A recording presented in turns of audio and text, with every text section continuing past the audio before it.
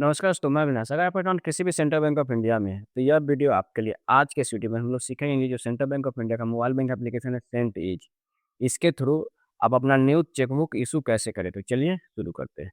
सबसे पहले Saint is को ओपन करेंगे। सेंट इज को ओपन करने के बाद इसे एम पिन के थ्रू, या अगर आप बायोमेट्रिक लगाएं तो बायोमेट्रिक के थ्रू इसे लॉगिन कर लें। तो हम इसे एम पिन के थ्रू लॉगिन कर लेते हैं। लॉगिन करने के बाद नीचे स्क्रॉल करेंगे। स्क्रॉल करने के बाद यहाँ पे ऑप्शन आता है व्यू सर्विसेज, इस पर क्लिक करेंगे। इशू है न्यू चेकबुक पे हम लोग पहले क्लिक करेंगे।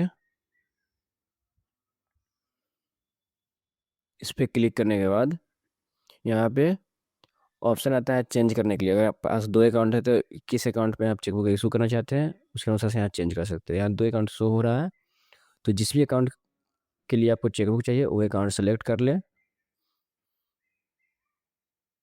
और नीचे यहाँ पे चेकबुक डिटेल्स है, जिसमें नंबर ऑफ चेकबुक, कितना पीस आपको चेक चाहिए, 10 पीस 20 पीस।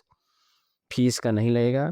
कम्युनिकेशन एड्रेस है और होम एड्रेस है, किस एड्रेस पे आप सेंड करना चाहते हैं। तो कम्युनिकेशन एड्रेस पर सेंड करना चाहते हैं तो उसे सिलेक्ट कर लिए हैं, उसके बाद कंटिन्यू कर दें। ये रिव्यू एंड कन्फर्म है, सब देख लें, सब कुछ सही है। जो आपने जो आपको जैसा आपको चाहिए उसके अनुसार सही है सब कुछ, तो यहाँ पे कंटिन्यू कन्फर्म कर दें। कन्फर्म करने का जो भी आपका रजिस्टर्ड नंबर है उस पर एक OTP जाएगा। OTP आ गया तो ये OTP हम लोग यहाँ पे डाल देंगे।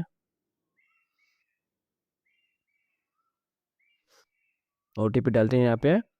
OTP डालते ही आपका चेकबुक रिक्वेस्ट सक्सेसफुल हो चुका है। अब 10 दिन के अंदर में आपका जो भी एड्रेस है उस पर चेकबुक आ जाएगा।